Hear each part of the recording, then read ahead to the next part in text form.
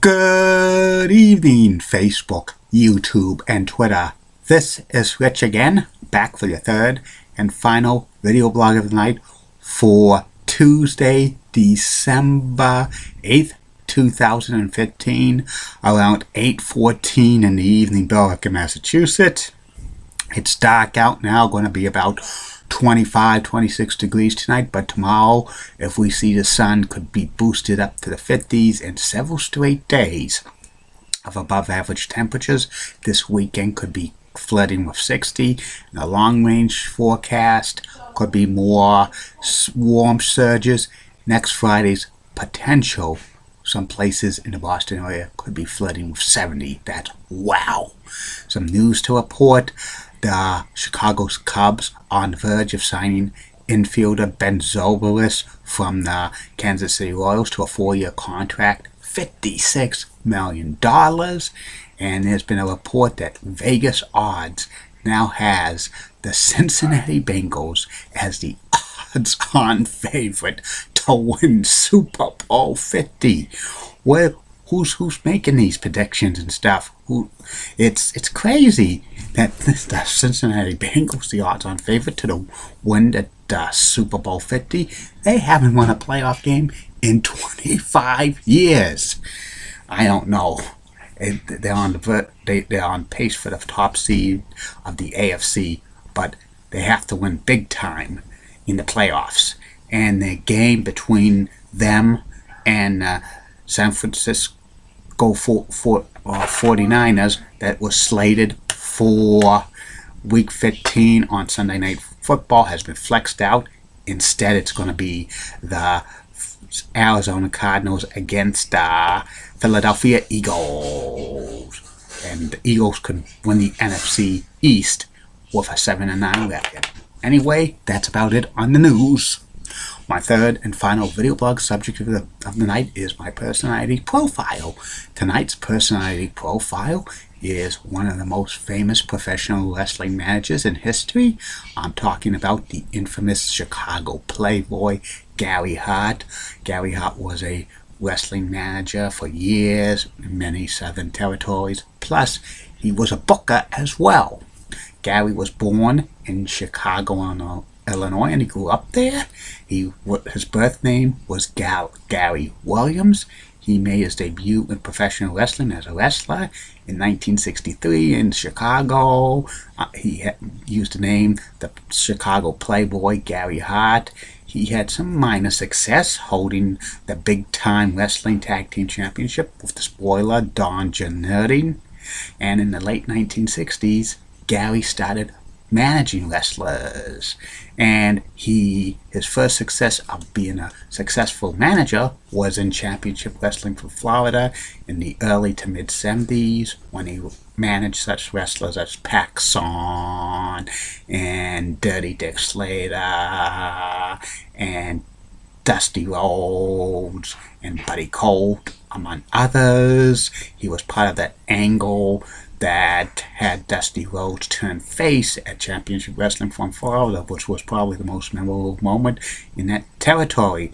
Gary Hart was involved in an airplane crash around 1975 that killed wrestler Bobby Shane and ended the career of Buddy Colt. And Gary Hart actually was blind in one eye for the rest of his life during that accident. That's a true story.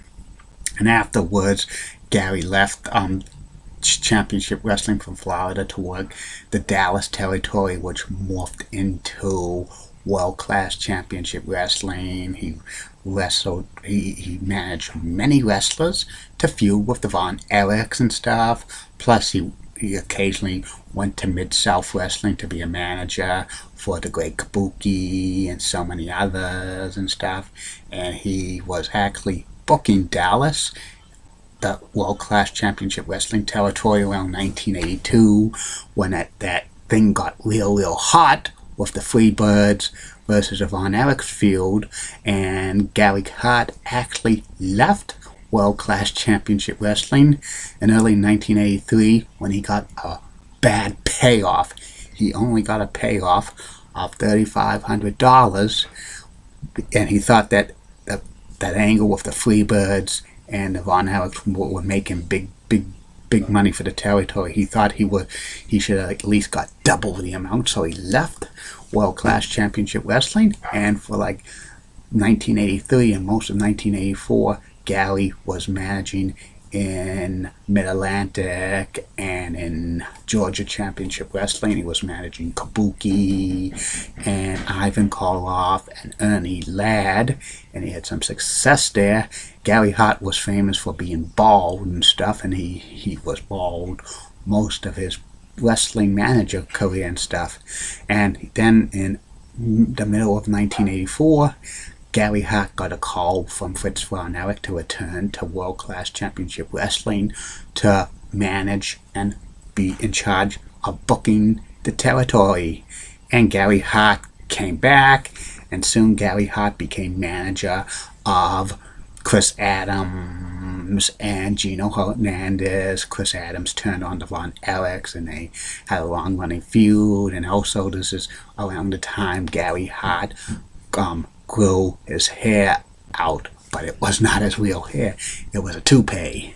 And eventually Gary Hart managed a one-man gang, and Abdullah the Butcher, and so many others in World Class Championship Wrestling. And eventually he got fired by Chris Adams and Gino Hernandez, who spun off for the Dynamic Duels. In one match, Gary Hart lost his one of the men he was matching, the one-man game, lost a match, so Gary Hart's hair had to be shaved. It was a toupee, it was bald again and stuff. Gary had like a lot of success in World Class Championship Wrestling as a manager and a booker, and he was a great manager. His promos were terrific and stuff, and he was like very underrated. Eventually, Gary Hart managed Al Perez in 1987 to the World Class Championship Wrestling world title, and he stayed around World Class until early 1988 when he left abruptly. He and Al Perez and Gary Hart left because of the business going down and stuff, plus with the Von Erichs, with all the tragedies they had, and he was very mad that the angle that Fritz Von Erich done, faking his own heart attack and having the press, the media in Dallas, Texas, think that Fritz Von Erich passed away of a heart attack, and he was fed up with World Class Championship Wrestling, so he went to Jim Crockett Promotions, managing Al Perez. Eventually he managed rugged Ronnie Garvin and Larry Sabisco and Abdullah the Butcher and the Great Muta and Terry Funk and Buzz Sawyer and the Dragon Master. The Jim Crockett Promotions turned into World Championship Wrestling. Gary actually managed the Muta to the television title in 1989 and stuff, and he had decent success in WCW. He was actually first runner-up for PWI Manager of the Year in 1989, but in early 1990 Gary Hart left WCW, and then he went back to Texas to run like Texas Wrestling Federation, which was an independent promotion which actually had a lot of the old world-class wrestlers there. In 1992, Gary returned on air in the GWF as a manager. At first, he was a face manager to Scott Putski and Terry Sims, but eventually, and also to the Harlem Heat, which was called the Ebony Experience back then, when they were in Global Wrestling Federation. Eventually, he turned heel and joined John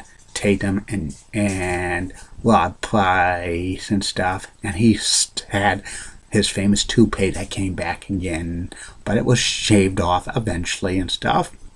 By like 1994, Gary Hart retired from managing and stuff like that. He actually revived World Class Championship Wrestling as the Next Generation, which actually his son, one of his sons, wrestled for them, but that didn't get off the ground big time. Then for the rest of his life, Gary Hart like attended wrestling conventions and did a lot of shoot interviews and stuff. Gary Hart never had a run in the WWE as a manager.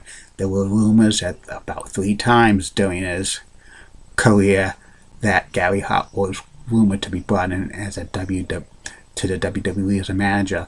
Like early in 1990, there was a rumor that they were going to bring Gary Hart in to manage Earthquake because they thought they'd like Jimmy Hart wasn't the right manager for him. That was a rumor going around, but that was just a rumor. In 1993, there was talk that Gary Hart was going to manage Doink the Clown, but Gary Hart did not like he did not want to be associated with a clown. And in 2006, there was talk he would come in to manage Eureka, but that never came to be. And in 2008, well, after attending a wrestling autograph session in Pennsylvania for a DVD about Legends of World Class on our video, Gary Hart arrived home off the airplane and passed away of a heart attack at the age of 66 years old. And it's very sad because, Gary Hart was, a great guy and stuff. He's probably in the top 10 in managers of all time in professional wrestling, and a great book and stuff.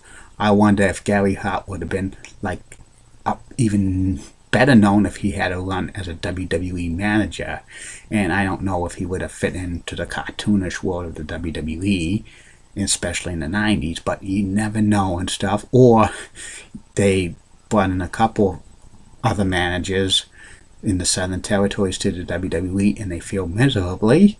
Like Oliver Humperdinck, who was a long-time heel manager in Championship Wrestling from Florida, they made him a face manager, and face managers are pointless. They probably could have done the same thing to Gary Hart in the WWE. And Gary Hart should be in the WWE Hall of Fame, even though he never managed in the WWE. But they've been putting a lot of non-WWE wrestlers in the Hall of Fame and managers over the years, so there's a possibility that will happen. That's about it on this video blog. That's about it on these video blogs for the night. Tomorrow, you're going to get 3 more. One will be about the top 10 sports stars ever to wear the number 34. Second video blog, my Week 14 NFL predictions. And the third and final video blog on the night will be about former Major League Baseball player and future Hall of Fame in 2018, Chipper Jones. Keep calm, everybody. I'm a Julie Button guy. Again, I was mentioned on Julie Button's Facebook chats on a fan page. So like a fan page, and you could be a shout out.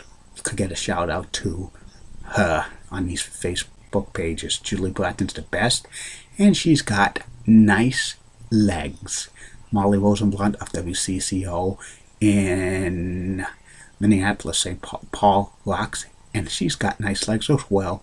Barbara Gibbs has a stunning smile, and she's got great legs and a good southern accent, and Elizabeth Hart's the best. And in a word, so I'm Dr. Thomas Shockey, former principal of BMHS. This action will not be tolerated at BMHS. Bye now. See you tomorrow.